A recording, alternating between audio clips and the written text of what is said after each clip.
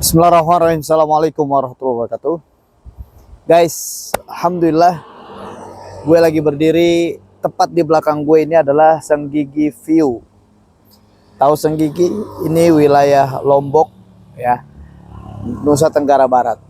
Bicara Lombok, di tahun 2018 Allah Subhanahu wa taala memberikan ujian begitu besar untuk saudara-saudara kita yang ada di Lombok.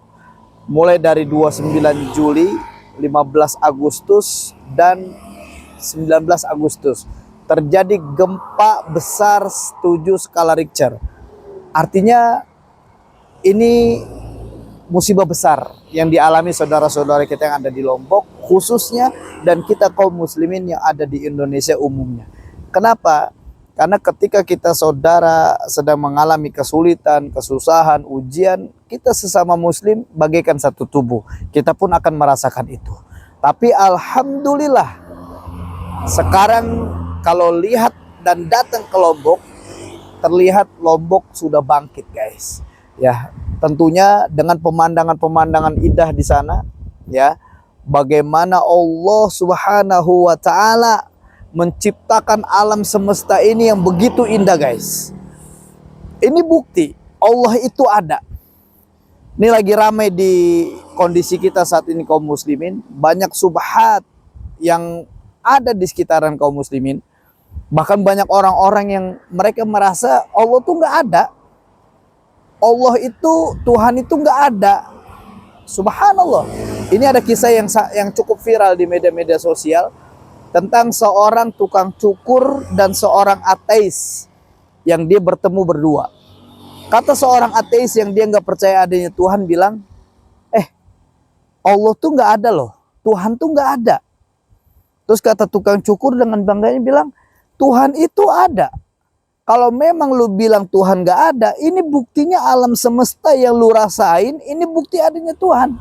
Lu hidup bukti adanya Tuhan. Lu bisa nafas bukti adanya Tuhan. Lu bisa sehat saat ini, itu bukti adanya Tuhan. Bahkan lu bisa lihat bukti adanya Tuhan. Tapi seorang ateis terus membantah. Kalau memang Tuhan itu ada, nggak mungkin Tuhan membiarkan orang-orang di sekitar itu susah. Lu lihat banyak yang kelaparan, banyak yang kesusahan, bahkan banyak yang terkapar.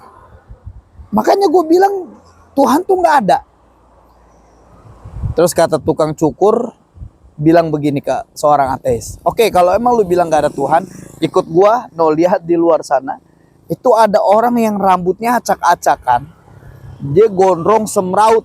Seperti rambutnya tuh nggak keurus. Terus pertanyaan gue buat lu, ini seorang tukang cukur nanya.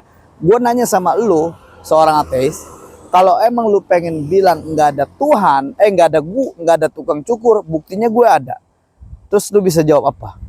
Kata seorang ateis, karena dia itu nggak datang ke lu, sehingga rambutnya acak-acakan.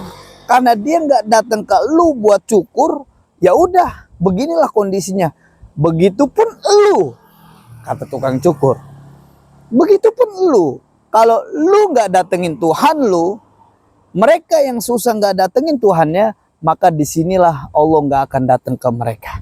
Makanya Allah ingatkan di dalam Quran, fadhkuruni adzkurkum washkuruli wala takfurun.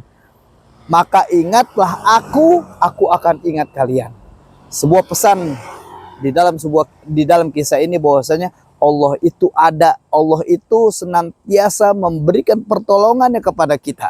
Bahkan pada saat kita sholat, Allahu Akbar. Sesungguhnya ketika kita sholat, kita ini sedang angkat tangan di hadapan Allah. Kita sedang serahkan semuanya kepada Allah. Inna sholati wa nusuki wa mahyaya wa mamati lillahi rabbil alamin. Sholatku, hidupku, matiku, ibadahku untuk Allah. Kita udah menyerah. Kita udah bilang sama Allah, ya Allah, saya udah serahkan semuanya kepadamu.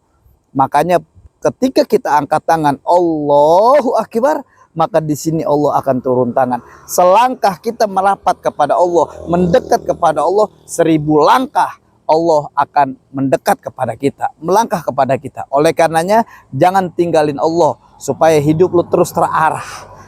Teruslah bersyukur kepada Allah Subhanahu wa taala.